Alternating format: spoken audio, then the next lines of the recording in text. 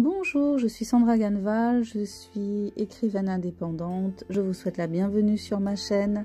Je vous invite à vous abonner. Je vous invite à liker cette vidéo. Mes livres sont disponibles sur Amazon et vous devez les découvrir de toute urgence. Abonnez-vous à mon blog et je vous souhaite une bonne visite sur ma chaîne.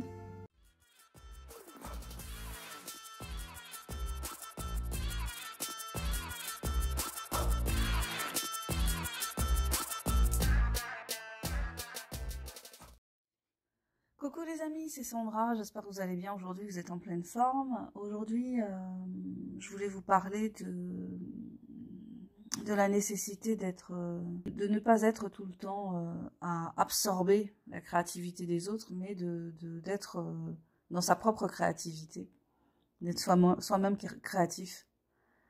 On a tendance, avec tout ce qu'on nous balance sur les réseaux sociaux, à être tout le temps en attente et puis à absorber.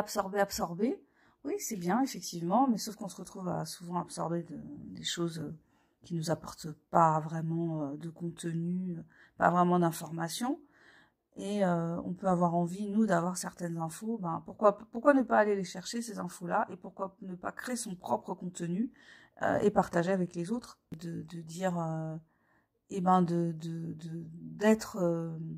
d'être créative et d'être dans le partage de ce que j'apprends, de ce que je comprends.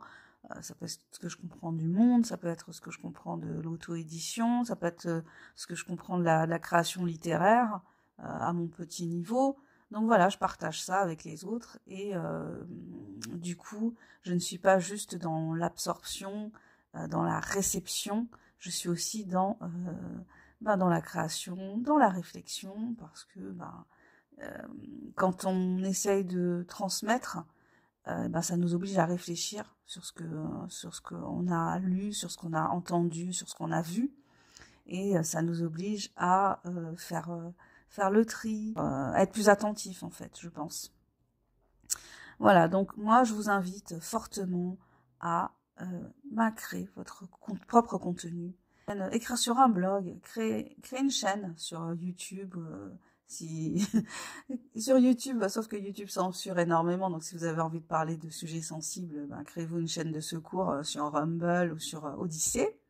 Voilà, donc allez-y, partagez, c'est important, parce que on a besoin d'entendre des sons de cloche différents sur plein de sujets en fait. Ça peut être, moi je parle souvent du jeûne intermittent ou du jeûne sec.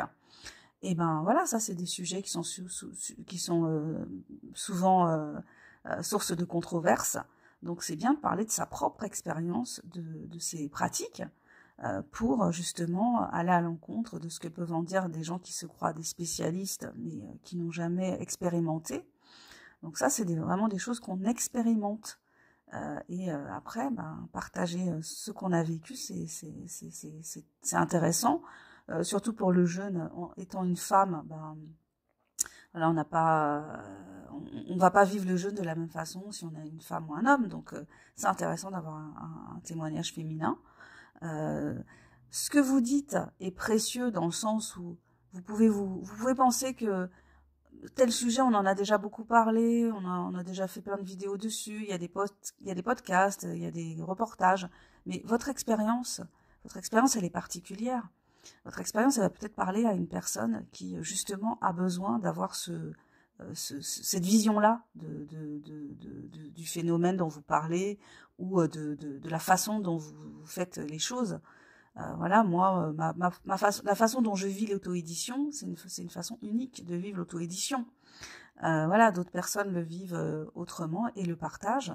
Donc, je pense que le fait d'en parler, j'apporte quelque chose à je ne sais pas combien de personnes, peut-être une, peut-être deux, peut-être 10, peut-être 20, peut-être 100, c'est pas grave. L'important c'est que je m'autorise à donner mon point de vue, je m'autorise à communiquer, et je pense que chacun d'entre nous devrait prendre ce risque, le risque d'être dans sa vérité en fait, d'être dans sa vérité, de dire ce qu'il a à dire.